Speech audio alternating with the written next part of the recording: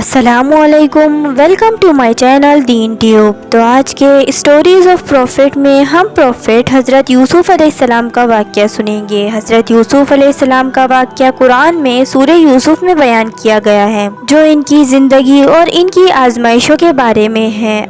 اگر آپ کو اسٹوریز آف پروفٹ میں انٹرسٹ ہے تو میرے چینل کو سبسکرائب کر لیجئے۔ تو چلیے شروع کرتے ہیں with the real life story of حضرت یوسف علیہ السلام۔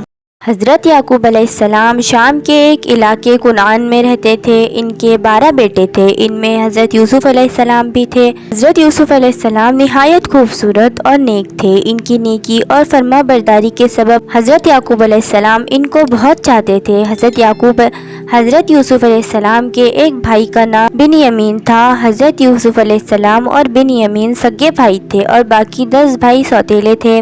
ایک رات حضرت یوسف علیہ السلام نے ایک عجیب و غریب خواب دیکھا۔ انہوں نے اپنا خواب اپنے باپ حضرت یعقوب علیہ السلام سے بیان کیا۔ انہوں نے بیان کیا کہ ابا جان، میں نے خواب دیکھا کہ چاند، سورج اور تارے مجھے سجدہ کر رہے ہیں۔ یہ کیسا خواب ہے؟ حالانکہ کائنات کا ہر ذرہ اللہ ہی کو سجدہ کرتا ہے، وہی اس کے لائق بھی ہے۔ باپ نے بیٹے کا خواب سن کر فرمایا، اے یوسف، یہ ایک اچھا خواب ہے، اللہ تعالیٰ تمہیں بہت بڑا مرتبہ بخشنے والا ہے، لیکن بھائیوں سے اس کا ذکر نہ کرنا، ہو سکتا ہے تمہارے بھائی تم سے دشمنی کرے۔ اللہ تمہیں نبوت عطا کرے گا، جس طرح تمہارے خاندان میں حضرت ابراہیم علیہ السلام اور تمہارے دادا حضرت اسحاق علیہ السلام کو نبی بنایا تھا۔ تم بہت خوش نصیب ہو۔ خواب سننے کے بعد حضرت یعقوب علیہ السلام اپنے بیٹے حضرت یوسف علیہ السلام کو بہت چاہنے لگے۔ ان کے دوسرے بھائیوں میں وہ خوبی نہیں تھی۔ بھائیوں نے دیکھا کہ حضرت یوسف علیہ السلام اپنے باپ کے بہت زیادہ قریب ہیں۔ بھائیوں کے دل میں حسد کی آگ بھڑک اٹھی۔ اس زمانے میں یہ رواج تھا کہ جس گھرانے میں زیادہ افراد ہو یا جس کی اولاد کی تعداد زیادہ ہو، اسے معاشرے میں برتری حاصل رہتی تھی، اسے طاقتور سمجھا جاتا تھا، اسے فتح مندی کی علامت سمجھا جاتا تھا۔ وہ گھرانہ قوت اور فتح مندی کی علامت تصور